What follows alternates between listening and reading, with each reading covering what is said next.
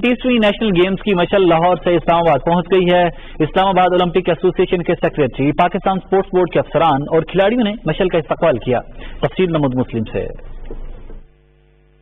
پشاور میں ہونے والی 33ویں قومی کھیلوں کی مشعل کو پاکستان ریلویز کے کھلاڑی لاہور سے جعفر ایکسپریس کے ذریعے راولپنڈی ریلوے اسٹیشن لائے، جہاں اسلام آباد اولمپک ایسوسی ایشن کے secretary Muhammad Sarwar Rana, Pakistan sports board کے ڈپٹی ڈائریکٹر جنرل اعظم ڈار سمیت ریلوے حکام اور کھلاڑیوں نے ٹارچ کا استقبال کیا. ٹارچ ریلی کھلاڑیوں کی امنگوں کی ترجمان ہوتی ہے، جوش و جذبہ، سولیڈریٹی اور نیشنل یونٹی کی ریفلیکشن ہے. اس میں 26 تاریخ کو اکتوبر کو یہ مرکزی اسٹیڈیم میں اس کو روشن کیا جائے گا. اولمپک لیول پہ یہ پہلی دفعہ ہو رہا ہے. تمام ایتھلیٹس کو پورے ملک میں گھما رہے ہیں اور اس میں لوگوں کی اویئرنیس ہو رہی ہے.